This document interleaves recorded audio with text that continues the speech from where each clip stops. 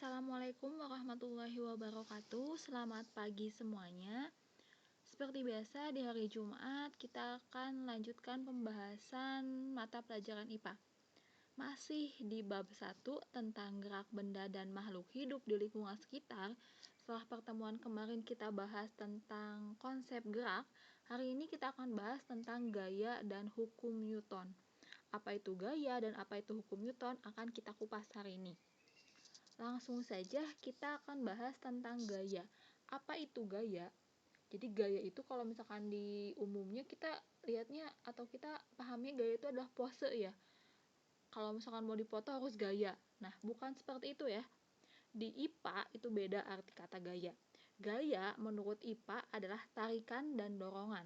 Misalkan kalian menarik meja, itu berarti kalian memberikan gaya pada meja. Atau kalian mendorong meja, berarti kalian memberikan gaya pada meja, karena gaya adalah tarikan dan dorongan. Atau lebih lengkapnya, gaya adalah sesuatu yang dapat menyebabkan benda bergerak atau mengubah gerakannya, ataupun menyebabkan benda berubah bentuk atau kedudukannya. Meja yang tadinya diam, kemudian kalian berikan dorongan atau berikan gaya, maka meja itu akan berpindah. Atau plastisin, kalian tahu plastisin?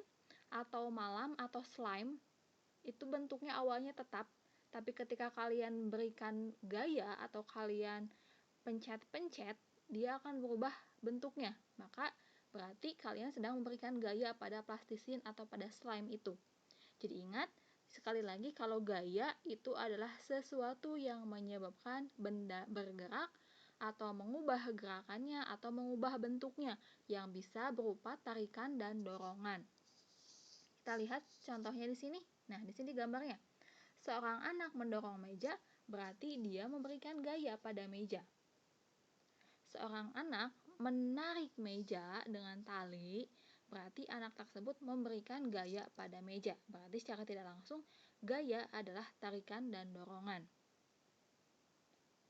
Lanjut lagi, nah gaya ini dibedakan menjadi dua jenis. Yang pertama adalah gaya sentuh, yang kedua gaya tak sentuh.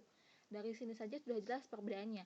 Kalau gaya sentuh berarti adanya sentuhan antara dua benda atau adanya kontak antara dua benda, sementara gaya tak sentuh benda berpindah atau berubah kedudukan tanpa adanya kontak.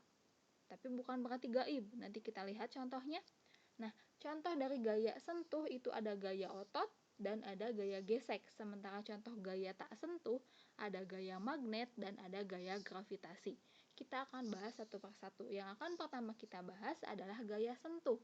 Apa itu gaya sentuh? Contohnya, dilihat di gambar ini. Ada seorang bapak-bapak mendorong mobil. Mobil yang awalnya diam, kemudian oleh bapak tersebut didorong sampai akhirnya mobil itu akan berpindah secara perlahan. Berarti ini termasuk gaya otot. Kenapa? Karena bapak ini menggunakan otot-otot di tangan dan otot-otot di kaki untuk menyebabkan mobil berpindah. Atau contoh yang kedua, ini biasanya di permainan di Agustusan, tarik tambang. Di sini terjadi gaya otot. Kenapa? Karena otot-otot tangan dan otot-otot kaki bekerja untuk menarik tambang atau menarik tali tersebut. Kemudian ada seorang bapak-bapak mengangkat sebuah benda. Ini juga sama gaya otot karena menggunakan otot-otot tangan dan otot-otot bahu atau otot-otot punggung. Ini juga sama, seorang laki-laki sedang mengangkat barbel, berarti ototnya yang digunakan adalah otot-otot lengan. Jadi ingat, gaya otot adalah gaya yang menggunakan koordinasi atau kerja otot yang menyebabkan benda bisa berpindah atau berubah kedudukan. Contoh yang kedua, tadi sudah disebutkan kalau gaya sentuh itu gaya otot dan gaya gesek. Sekarang kita bahas gaya gesek. Gesekan itu adalah pertemuan antara dua permukaan benda.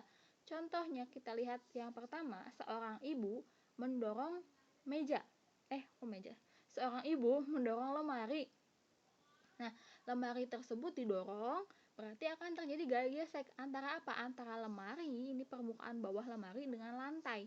Jadi gaya gesek pada gambar pertama itu gaya gesek antara permukaan bawah lemari dengan lantai. Yang kedua, ada seorang anak sedang bermain biola. Nah, gesekannya terjadi antara alat menggeseknya ini dengan senar pada biolanya. Jadi ingat, gaya gesek adalah pertemuan antara dua benda yang bergesekan.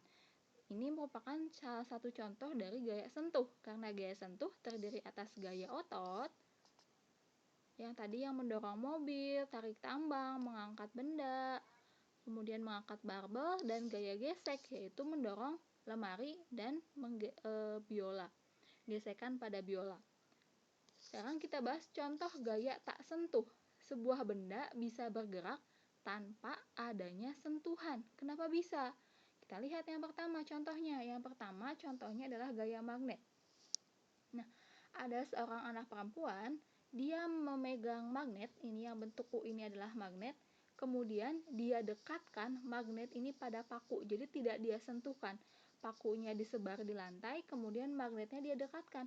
Ternyata setelah dia dekatkan, paku-paku ini akan berjalan sendiri mendekati magnet.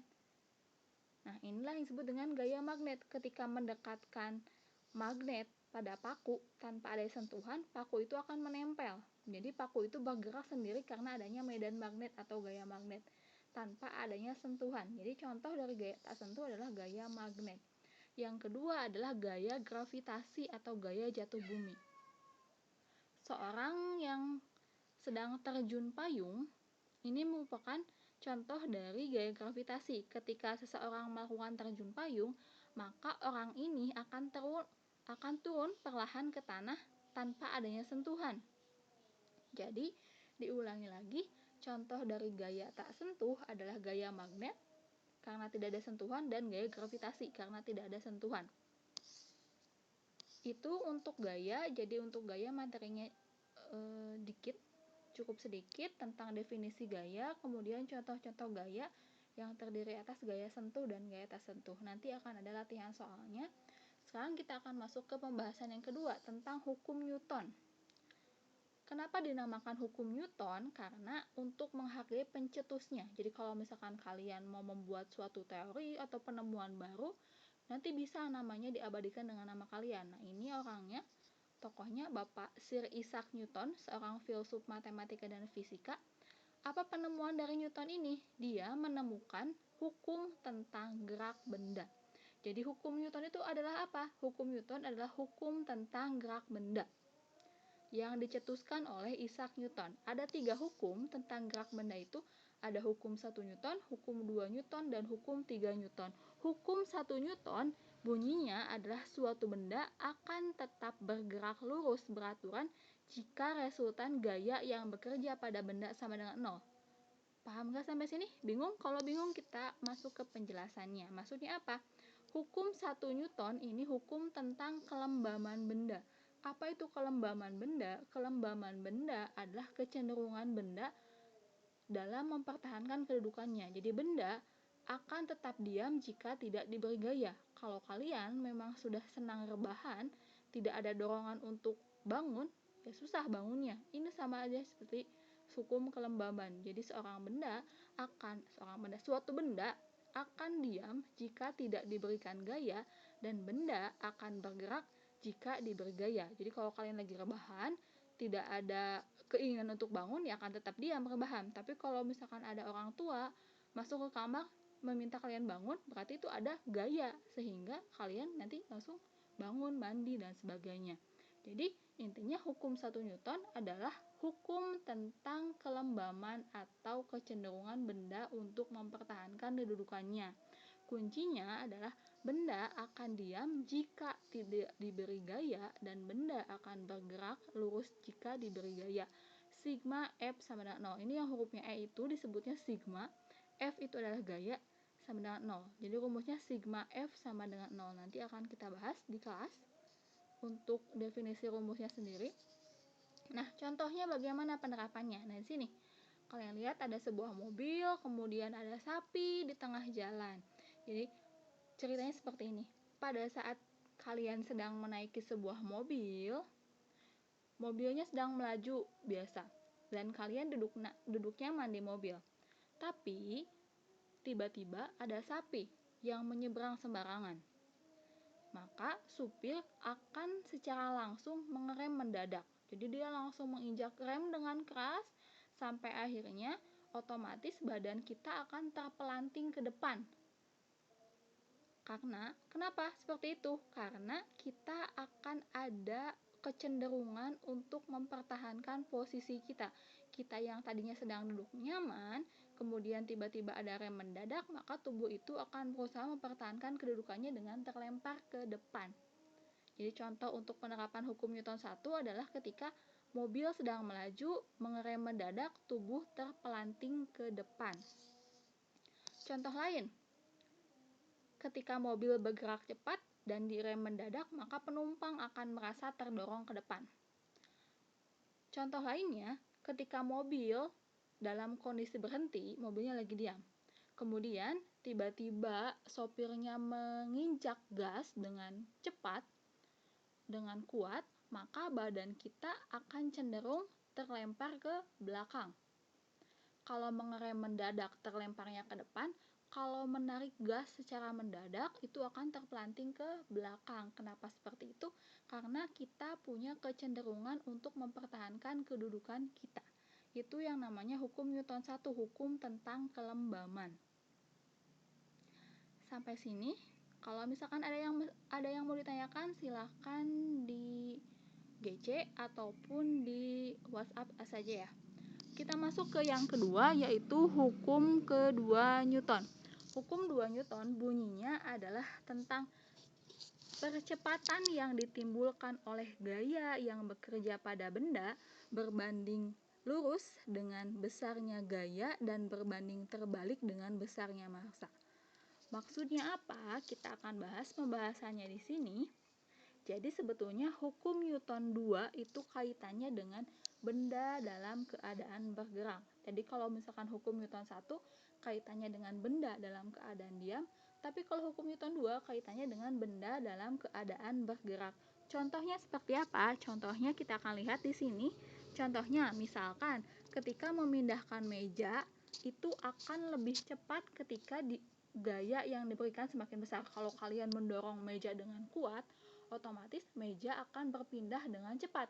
Tapi kalau kalian mendorong meja dengan pelan, ya otomatis perpindahannya tidak akan jauh dan akan lebih lama. Hal ini karena gaya itu berbanding lurus dengan percepatan.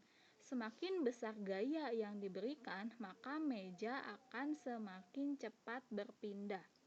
Contoh lain, memindahkan meja yang ringan akan jauh lebih cepat dibandingkan dengan memindahkan lemari yang berat, karena lemari yang berat membutuhkan gaya yang jauh lebih besar. Misalkan kalau memindahkan meja cukup satu orang saja untuk memindahkannya, tapi kalau memindahkan lemari yang besar itu membutuhkan beberapa orang karena membutuhkan gaya yang berat.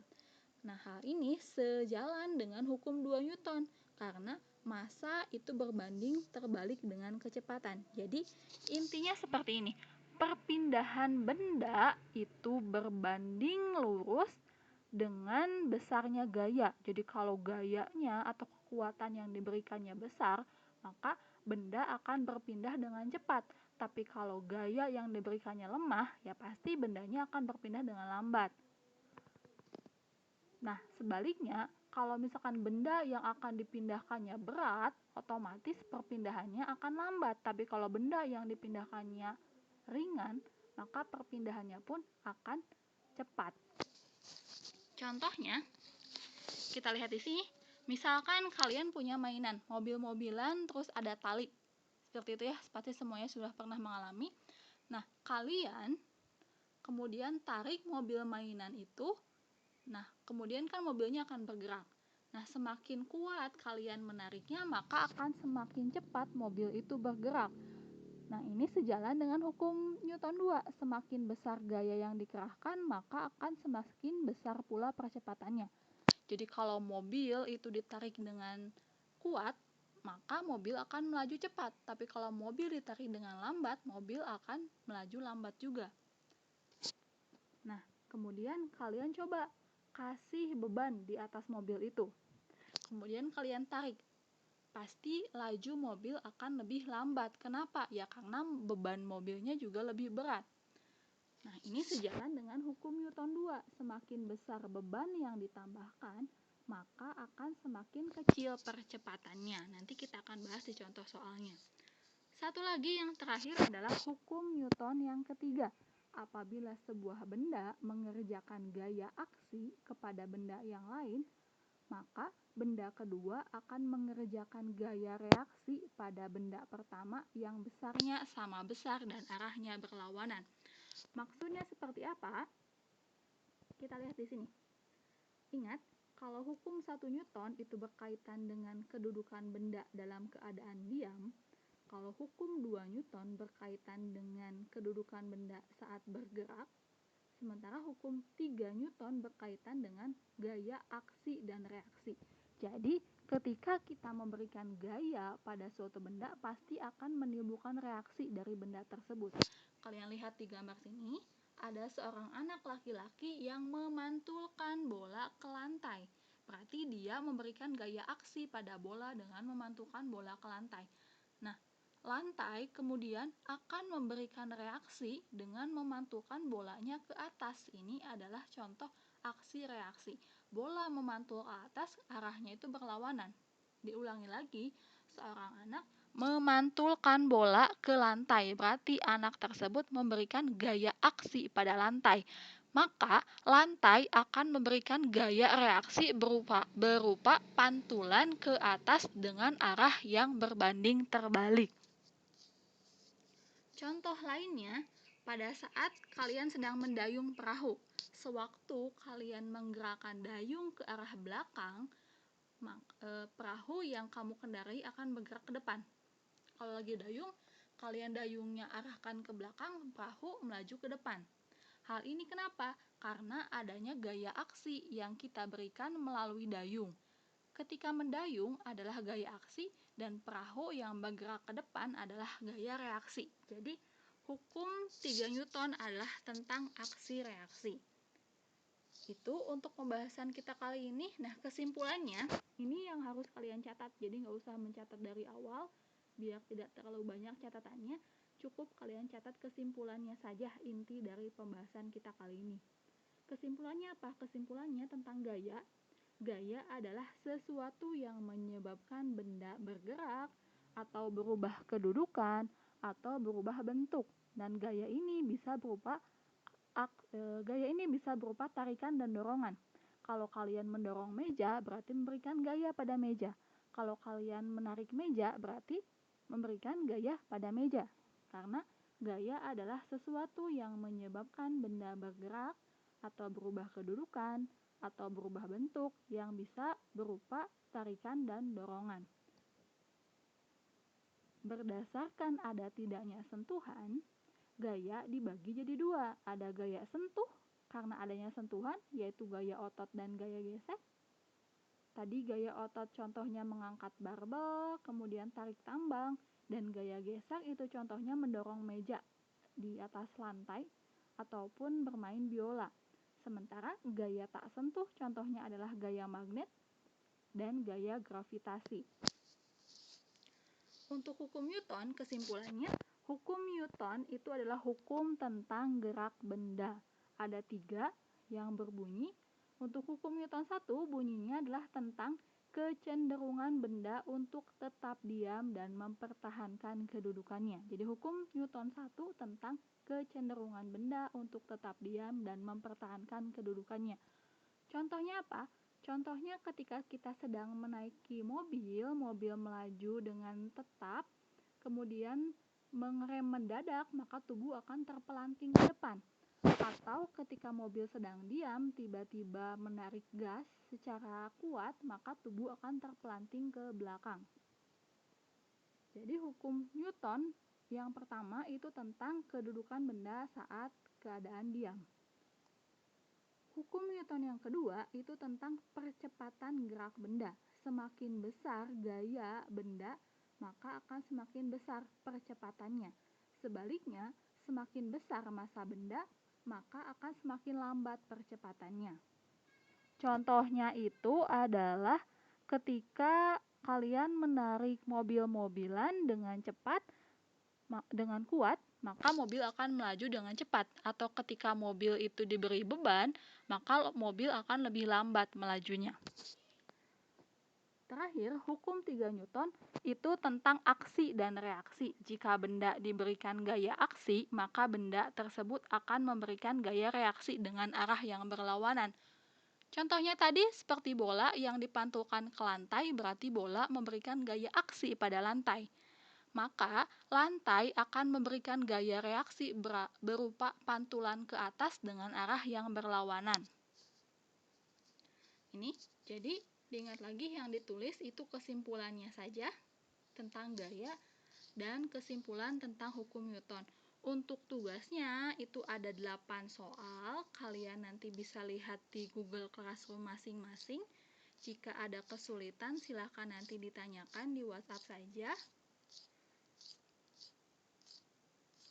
Sekian untuk pertemuan kita kali ini.